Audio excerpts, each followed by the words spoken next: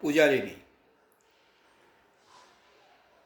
সেদিন শারদ দিবা অবসান, শ্রীমতী নামে যে দাসী পুণ্য শীতল সলিলে নাহিয়া পুষ্প প্রদীপে থালায় বাহিয়া রাজমহিষীর চরণে চাহিয়া নীরবে দাঁড়ালো আসি। শিহরি সভয়ে মহিষা কহিলা, এ কথা নাহি কি মনে? অজাত শত্রু করেছে রটনা, স্তূপে যে করিবে অর্ঘ্য রচনা, শুলের উপরে মরিবে সে জনা অথবা নির্বাসনে। শ্বেতা হতে ফিরি গেল চলি ধীরে বধূ অমিতার ঘরে, সম্মুখে রাখিয়া স্বর্ণ মুকুর বাঁধিতেছিল সে দীর্ঘ চিকুর, আঁকিতে ছিল সে যত্নে সিঁদুর সীমান্ত সীমা পড়ে। শ্রীমতীর হেরি বাকি গেল রেখা, কাঁপি গেল তার হাত, কহিল, অবোধ কি সাহস বলে এনেছিস পূজা? এখনই যা চলে, কে কোথা দেখিবে ঘটিবে তাহলে বিষম বিপদপাত। অস্ত রবির আভায় খোলা জানলার ধারে কুমারী শুক্লা বসিয়া একা একিনী পড়িতে নিয়ত কাব্য কাহিনী।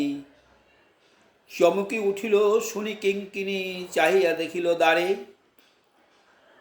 শ্রীমতীর হেরি পুঁথি রাখি ভূমে দ্রুতপদে গেল কাছে, কহে সাবধানে তার কানে কানে, রাজার আদেশ আজি কে না জানে, এমন করে কি মরণের পানে ছুটিয়া চলিতে আছে।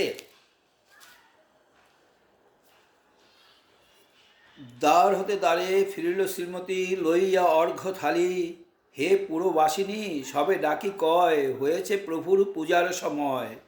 শুনি ঘরে ঘরে কেহ পায় ভয়, কেহ দেয় তারে গালি। দিবসের শেষ আলোক মিলালো নগর সৌধ পড়ে, পদ জনহীন আধার বিলীন কলকোলাহল হয়ে এলো ক্ষীণ। আরতি ঘণ্টা ধ্বনিল প্রাচীন রাজ দেবালয়ে ঘরে। শারদ নিশির স্বচ্ছ তিমিরে তারা অগণ্য জলে, সিংহ দুয়ারে বাজিল বিষান বন্দিরা ধরে সন্ধ্যার তান। মন্ত্রণা সভা হলো সমাধান, দাড়ি ফুকারিয়া বলে।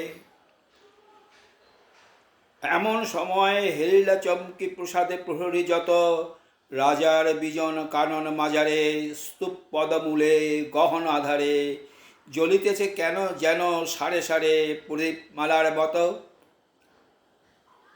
মুক্ত কৃপাণে পুরো রক্ষক তখনই ছুটিয়া আসি শুধালো, কে তুই ওরে দুর্মতি, মরিবার তরে করিস আরতি? মধুর কণ্ঠে শুনিল শ্রীমতী, আমি বুদ্ধের দাসী।